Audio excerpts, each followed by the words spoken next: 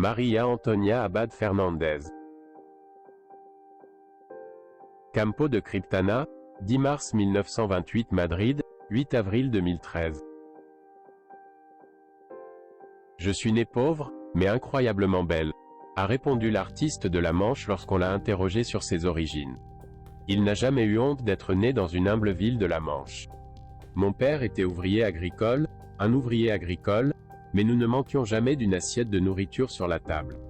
À l'âge de 14 ans, sa mère lui fait participer à un concours de talent organisé au Parc Buen Retiro à Madrid. Nous sommes en 1942. Avec l'argent du prix, il s'installe à Madrid et commence à donner des cours de déclamation. Une autre chose sur laquelle la jeune Sarah était claire était qu'elle devait étudier. Si la carrière fulgurante de la jeune Sarah doit quelque chose à quelqu'un, c'est bien à Miguel Miura, l'auteur dramatique de « Le haut de forme » ou de « Ninette et un seigneur de Murcie ». Il a offert le plus beau cadeau à la jeune fille de la Manche: canalisez votre ambition vers le Mexique et les États-Unis. L'Espagne des années 40 était trop petite pour le talent et l'ambition d'une grande star. Pourtant, avant de partir pour le Mexique, la jeune Sarah a joué dans des films avec les plus grands de l'époque, Fernando Fernán Gómez, Imperio Argentina ou Fernando Rey. Au Mexique, elle commence à se démarquer et à travailler avec les meilleurs, Katy Jurado, Frida Kahlo et Diego Rivera.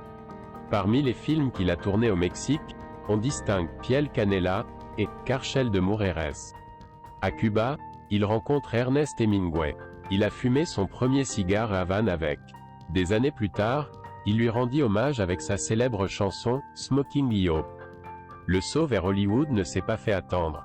Elle n'était pas la première, puisque Conchita Montenegro, de Saint-Sébastien, avait déjà ébloui dans les années 1930. Mais c'est Sarah qui s'est imposée sur le marché américain avec de grands films. Il fait ses grands débuts avec Vera Cruz, en 1954, avec des acteurs de la trempe de Gary Cooper, Burt Lancaster et Charles Bronson. Il a ébloui tout le monde, s'est lié d'amitié avec les plus grands, James Dean, Alfred Hitchcock, Marlon Brando, Elizabeth Taylor, et s'est même permis de refuser un contrat d'exclusivité avec Columbia Pictures. C'est peut-être l'amour qui l'a poussé à poursuivre sa carrière seule. En 1954, elle tourne Deux passions et un amour, et pendant le tournage, elle tombe amoureuse du réalisateur Anthony Mann. Son premier mariage a duré 7 ans. Sarah est tombée enceinte, mais une chute dans un escalier alors que le bébé était enceinte de 8 mois l'a amenée à Office qu'elle attendait avec le réalisateur américain. Rien n'était pareil dans la vie de Montiel. À son arrivée à Hollywood en 1954, elle fut surnommée la Marilyn mexicaine en raison de la sexualité qu'elle dégageait. Elle ne se lassait pas de répéter qu'elle était espagnole. Sa carrière à Hollywood ne dure pas. À longtemps, en 1957 il retourne en Espagne pour tourner Le Dernier Couplet, un film à petit budget qui remporte un succès phénoménal au box-office. La vie est meilleure ici, a déclaré l'artiste. La liste des films, tous très réussis, est interminable. La Violetera, Carmen la de Ronda, My Last Tango, La Bella Lola. Ces films sortent en salle à Bombay ou au Caire.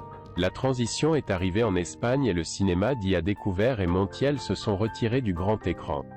Sarah avait 43 ans et était à son apogée.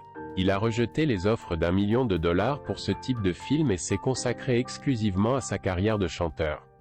Elle profitait de la vie avec son troisième mari, Pepe Tous, homme d'affaires, producteur et manager.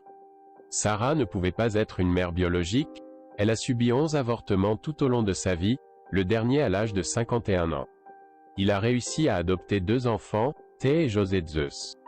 L'artiste a déclaré que ses années en tant que mère étaient les plus heureuses de sa vie. Sarah Montiel s'est mariée pour la 4e fois, après le décès de son mari Pepe Tous. Il l'a fait avec le Cubain Tony Hernandez, qui avait 35 ans de moins que Montiel.